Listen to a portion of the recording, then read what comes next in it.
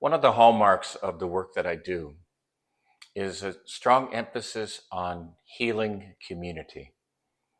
Part of that comes from my recognition of the nature of our being human is that all of us at some level, to some degree, have experienced trauma in our lives.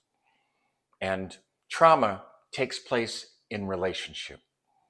The reason it's important to know that is that trauma can then be healed in relationship. And that could be one on one, that could be with two or three people, that could be with a room full of people. So, community, using a religious term, communion, intimacy is a healing energetic that serves to let us dissolve and release trauma and shame that we have held. There's something very powerful about being seen for who we are, where we risk being who we are, then someone receives us and reflects that back. Our entire world and life changes when that happens. It's almost as if the world is designed to help capture us and then feed us back to ourselves. Now, the key is you want to be sharing with people and with groups and communities that are loving, that are wise, that are safe. So there's an appropriateness. It'll still feel like a risk. I remember my teenage years were so dark and I had so much pain that I carried for so long. And it was in my early 20s when I took a training called Insight Seminars. It was called The Awakening Heart. Now, I still had all this pain that I didn't even know the depth of pain I had. So I was in this room with 80 people for 5 days.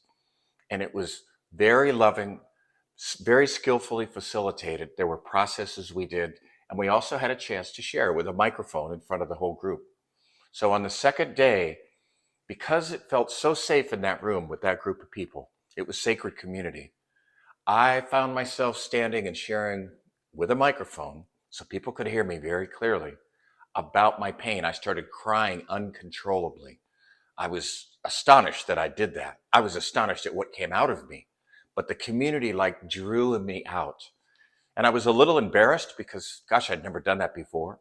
But I was surprised afterwards. We went on a break and people came up to me and they embraced me and they said, thank you.